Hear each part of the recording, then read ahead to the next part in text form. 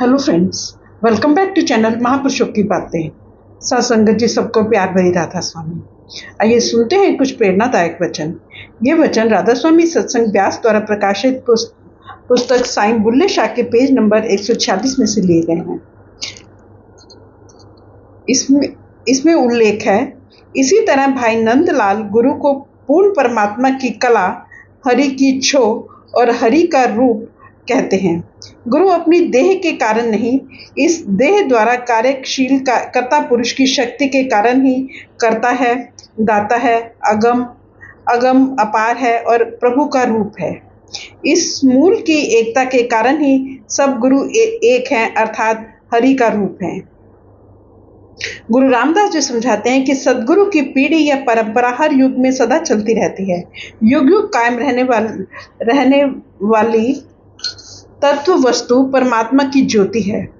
कोई शरीर युगांतर तक नहीं चल सकता, परंतु ज्योति सदा चल सकती है। इससे भी यही संकेत मिलता है, गुरुत्व का आधार देह न होकर उसमें काम करने वाली परमात्मा की अमर शक्ति है।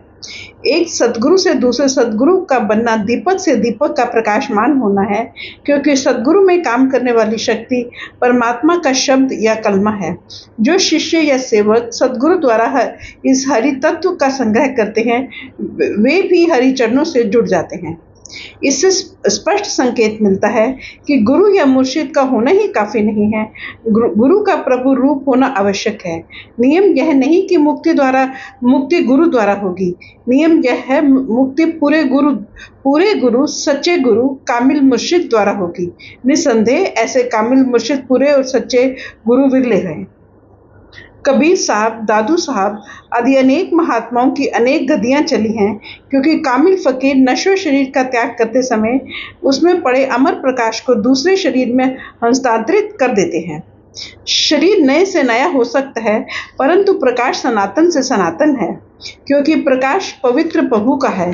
साईं बुल्ले शाह ने अपने कलाम में मुर्शिद और खुदा के लिए रांझा, पुन्नू, महिवाल, ढोला, सस्सी, राम, कृष्ण, काहन और ईसा के जो संकेत प्रयुक्त किए हैं, और जिस प्रकार मंसूर, जकरिया, सरमत, बू अली आदि अनेक फकीरों के रूहानी महानता के गीत गाए हैं, उससे इस बात के विषय में कोई संदेह नहीं रहता कि आप सदगुरु की हस्ती को किसी विशेष कौम, मजहब, मुल्क, समय या स्थान तक सीमित नहीं करते, बल्कि उसको एक अनादि नियम, एक अविनाशी अस्तित्व और समर्थ शक्ति के रूप में चित्रित करते हैं, जो किसी समय, किसी स्थान, किसी भी शरीर में प्रकाशमान हो सकती है। हजरत ईसा ने कहा है, जब तक मैं संसार में हूँ, मैं संसार का प्रकाश हूँ। आप अपना काम दिन में कर लें, क्योंकि जब रात आती है तो कुछ नहीं किया जा सकता। इसका अर्थ है कि अपने समय के पूर्ण सदगुरु से प्रभु की सच्ची भक्ति का भेद लेकर जीते जी रूहानी सफर तय कर लेना चाहिए। साईं बुल्ले शाह मुर्शिद को सौदागर और लालों का व्यापारी कहते हुए जीव को सचेत करते हैं, जब तक तू शरीर में है और मुर्शिद का 5 तत्वों का शरीर कायम है, तू कलमे, शब्द या नाम का व्यापार कर ले। मुर्शिद के चले जाने के बाद न कलमे का भेद मिल सकता है और ना ही किसी से अंत समय कलमे की कमाई हो सकती है। इसी कारण आपने अपने मुर्शिद हजरत अनायत शाह में प्राचीन कामिल दरवेशों वाले सारे गुण भी दिखाए हैं और उसको रांझा या परमात्मा का रूप ही माना है। आप कहते हैं कि मेरा मुर्शिद ही काबा है और मुर्शिद ही किबला है। मुर्शिद ही पति है और वही पति से मिलाप के सुंदर वस्त्र पहनाने वाला साधन है। मुर्शिद ही सच्चा ज्ञान देने वाला ज्ञानी है और वही गुप्त दैवी भेदों को खोलने वाला आरिफ है। वही प्रभु के नाम, शब्द या कलमे का संदेश वाहक है। वही लोहे को सोना बनाने वाला पारस है और वही इस और खड़ी आत्मा को पार करने वाला खेवट है। सच्ची बात तो यह है कि मुर्शिद नबी और बली ही नहीं, स्वयं दयालु प्रभु है। इसलिए साईं बुल्ले शाह सदगुरु बनकर आए हुए परमात्मा को बार बार याद कराते हैं कि तू सृष्टि की रचना के समय किया वादा याद कर कि तुझे रचना में से वापस लाने के लिए मैं स्वयं संसार में आऊंगा। आप परमात्मा द्वारा आत्मा को जगत में भेजने की घटना को परमात्मा का कारा और रचना में आकर प्रभु सदगुरु द्वारा आत्मा का हाथ पकड़ने को मुर्शिद का कारा कहते हुए ताना देते हैं कि तू हमारे गुणों अवगुणों को मत देख, तू उस कारे या वायदे को याद कर और अपने हुक्म से संसार में भेजे जीवों को अपनी दया से इस भवसागर से निकाल ले, क्योंकि आत्माएं कसुम्बड़े के देश में रहती हुई थक गई हैं और तख्त हजारे अर्थात सचखंड को वापस जाने के लिए बेचैन हैं।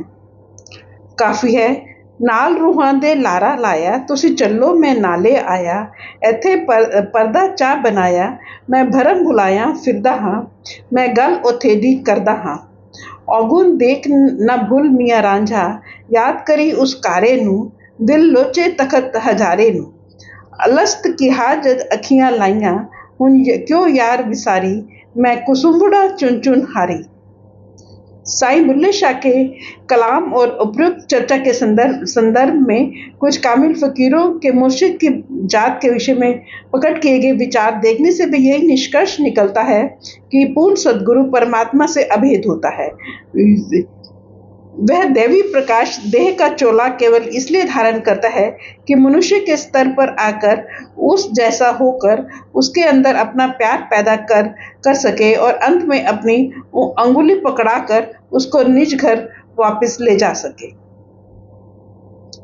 फ्रेंड्स, अपनी इस वीडियो को आज हम यहीं समाप्त करते हैं। अगली वीडियो में आपको बताएंगे। Thank you.